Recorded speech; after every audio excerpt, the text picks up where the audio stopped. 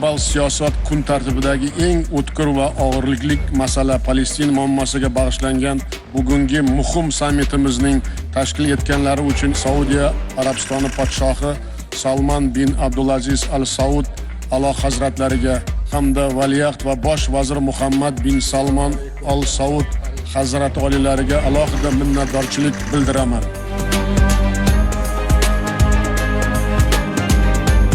رئيس شوكت ميردايف رئيس جمهورية أوزبكستان لإلقاء كلمته فليتفضل.